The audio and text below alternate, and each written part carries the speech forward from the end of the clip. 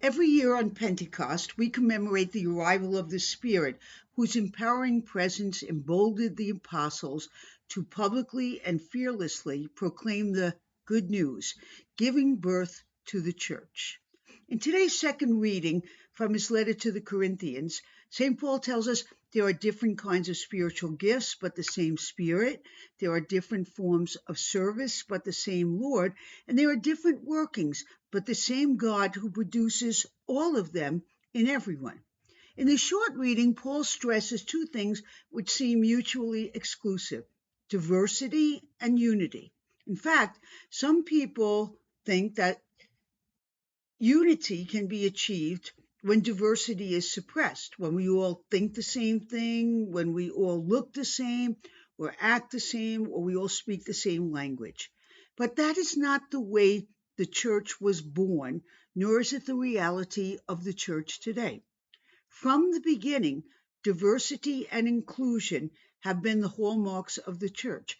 From the beginning, the church has been made up of people of every ethnicity, race, socioeconomic status, with diverse ideas rooted in diverse experiences, yet all amazingly unified through the gift of the one same Spirit.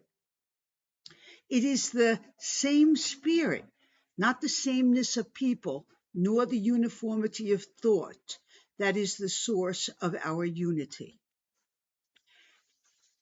This is clear from the first reading from Acts of the Apostles, where the Holy Spirit is the force that forges unity without abolishing diversity. The Spirit did not transform the first apostles into carbon copies of each other or of an ideal Christian. Some were poor fishermen from the countryside, one was a tax collector. They were from different backgrounds and social contexts. Peter was impulsive, a few were ambitious, others more reserved. Undoubtedly, each had different ideas about what to do next: hide, go home, stay the course. They were all different and they remained different. What united them and emboldened them to go out and preach the gospel was the unifying power of the Spirit. The Spirit's unifying power was also at work among those to whom the apostles preached. As we heard in the first reading, though from every corner of the world, speaking in different languages, from different cultures, with different ideas, those present were able to hear the gospel message of God's love and come together as one people, the people of God, united in their diversity by the same Spirit. In his first homily on the day of his installation as the Roman pontiff, Pope Leo XIV said that his, quote, great first desire is for a united church to act as a leaven of unity and reconciliation in our world, which is filled with too much discord, too many wounds caused by hatred, violence, prejudice, the fear of difference, and an economic paradigm that exploits the earth's resources and marginalizes the poorest.